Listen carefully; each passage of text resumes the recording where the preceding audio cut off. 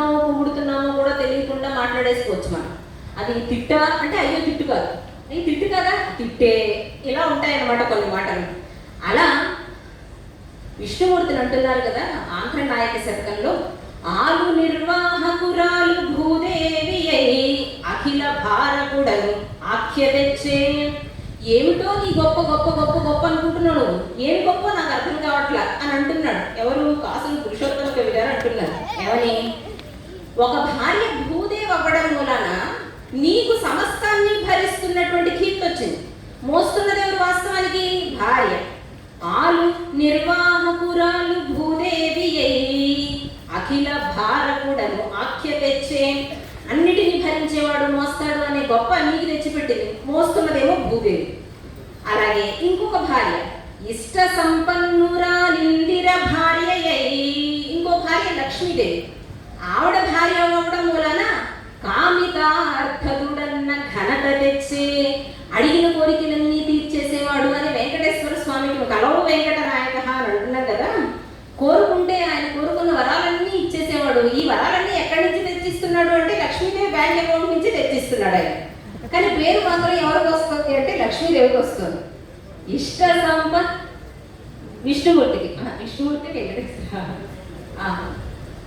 కాబట్టి ఇక్కడి నుంచి ఇష్ట సంపన్నురాలిందిర భార్య కామితార్థదుడన్న ఘనత తెచ్చే. బాగుంది.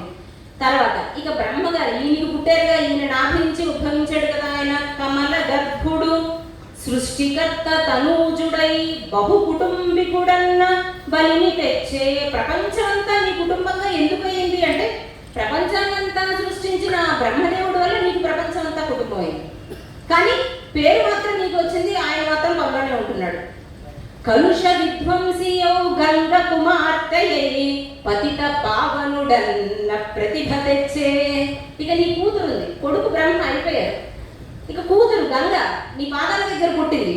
ఆ పుట్టినటువంటి గంగ పతిత పావనుడు, పాపములను దూరం చేసేటువంటి వాడు అనే కీర్తిని నీకు తెచ్చిపెట్టింది. కానీ ఆ పని చేస్తున్నది ఎవరు? గంగ. కాబట్టి ఆలు ఆండ్రు బిడ్డలు తెచ్చు ప్రఖ్యాతి తప్ప మొదటి నుండి నీవు దామోదరుడవే. తల్లిగా పిల్లల వల్ల అలాగే భార్యల వల్ల వచ్చినటువంటి కీర్తే తప్పితే మొదటి నుండి కూడా నీవు దామోదరుడవే. దామోదరుడు అంటే మనం మామూలుగా దరిద్ర దామోదరుడు అని అంటాం, ఏమీ లేదు అని చెప్పడం కోసం. నీకంటూ ఏమీ లేదయ్యా, మొత్తం అంతా వాళ్ళ వల్ల భార్యల వల్ల పిల్లల వల్ల వచ్చిందంతా నీదిగా చేసుకుని నువ్వు ఇలా వెలుగుతున్నావు. చిత్ర చిత్ర ప్రభావ దాక్షిణ్య భావ హత విమత జీవ శ్రీకాకుళాంధ్రదేవ. అది అంటే నిందాస్తుతి, పైకి నిందించినట్టుగా కనిపిస్తుంది కానీ అందులో ఖచ్చితంగా స్తుతి దాగి ఉంటుంది.